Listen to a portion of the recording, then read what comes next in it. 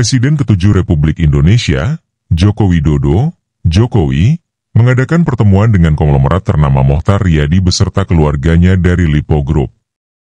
Momen penuh kehangatan tersebut dibagikan melalui akun Instagram resmi Jokowi, pada Jumat, 13 Desember 2024. Pertemuan berlangsung di kediaman pribadi Jokowi di Kelurahan Sumber, Kecamatan Banjarsari, Kota Solo, Jawa Tengah, pada Kamis, 12 Desember 2024, pukul 10.45 waktu Indonesia Barat. Dalam pertemuan tersebut, Jokowi tampak santai mengenakan kemeja putih, penampilan khasnya yang sederhana namun penuh karisma. Sementara itu, Mochtar Riyadi, pendiri Lipo Group, hadir bersama putranya James Riyadi serta cucunya John Riyadi, yang saat ini menjabat sebagai CEO PT Lipo Karawaci Tbk, LPKR. Mereka mengenakan busana batik, memberikan kesan formal namun tetap akrab. Saya menerima kehadiran Bapak Mochtar Riyadi, Bapak James Riyadi, Bapak John Riyadi beserta keluarga di kediaman saya, ujar Jokowi dalam unggahannya, memberikan kesan hangat terhadap kunjungan tersebut. Mochtar Riyadi, yang dikenal sebagai salah satu tokoh bisnis paling berpengaruh di Indonesia, hadir dalam usianya yang ke-95 tahun. Jokowi mengungkapkan kekagumannya atas kondisi kesehatan Mochtar yang tetap prima meskipun telah mencapai usia lanjut.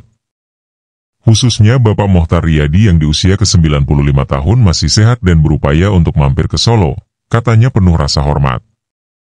Lipo Group, di bawah kepemimpinan keluarga Riyadi, dikenal memiliki jaringan bisnis yang luas, mencakup sektor properti, pusat perbelanjaan, rumah sakit, pendidikan, dan teknologi.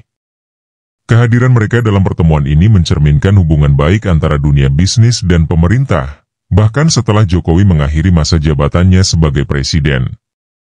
Dalam suasana hangat tersebut, Jokowi menyampaikan rasa terima kasihnya atas kunjungan keluarga besar Riyadi. Terima kasih atas kedatangannya, saya sangat menghargai silaturahmi ini, tuturnya. Pertemuan ini tidak hanya menjadi ajang silaturahmi, tetapi juga menunjukkan bagaimana Jokowi, meskipun telah purna tugas, tetap menjaga hubungan baik dengan berbagai tokoh penting di Indonesia. Unggahan Jokowi tentang pertemuan ini disambut antusias oleh para pengikutnya di media sosial. Banyak yang memuji langkah Jokowi untuk terus menjalin hubungan baik dengan berbagai pihak, baik dari kalangan pemerintahan maupun sektor swasta. Momen ini menjadi contoh nyata bagaimana semangat kolaborasi dan penghormatan antar individu tetap terjaga dalam konteks kenegaraan dan kebangsaan. Pertemuan antara Jokowi dan Mochtar Riyadi beserta keluarganya ibarat pertemuan dua sungai besar yang mengalirkan arus saling melengkapi. Di satu sisi, ada Jokowi, mantan nahoda bangsa yang masih menjaga pengaruhnya dengan gaya sederhana namun bermakna dalam. Di sisi lain, keluarga Riyadi hadir sebagai simbol kekuatan ekonomi yang menjadi salah satu pilar kokoh pembangunan bangsa. Momen ini bisa dilihat sebagai langkah Jokowi untuk terus menyulam benang merah antara kekuatan politik dan bisnis. Meski tak lagi menjabat, ia tampak memastikan bahwa api semangat pembangunan tak padam, bahkan setelah kendali berada di tangan penerusnya.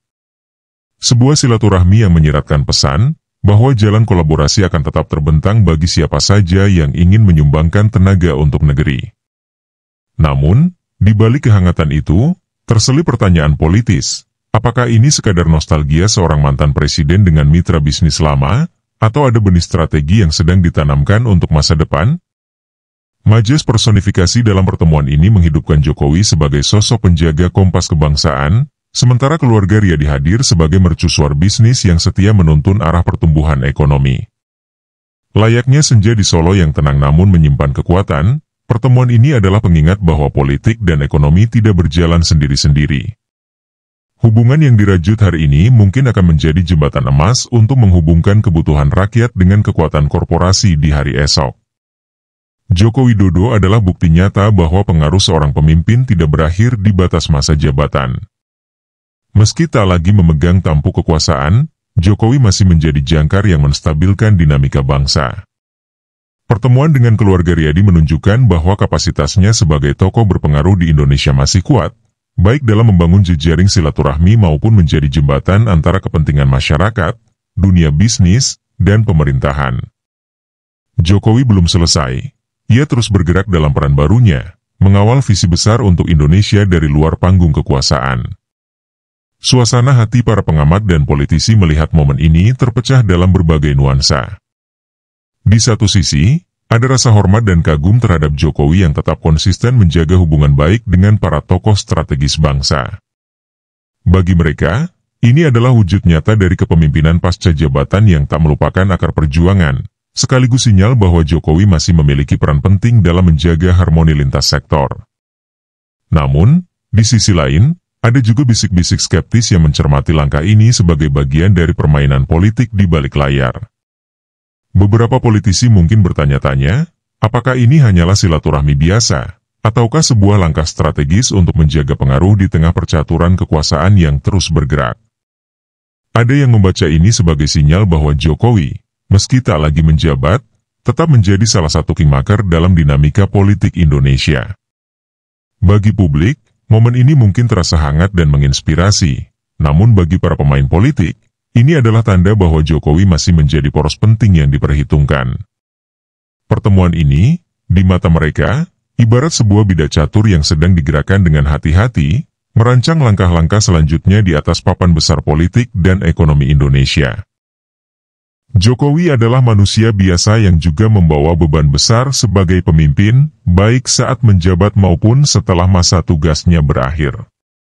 Setiap langkahnya, termasuk pertemuan hangat dengan tokoh bangsa seperti Mochtar Riyadi, adalah upaya menjaga silaturahmi dan membangun jembatan bagi kebaikan negeri.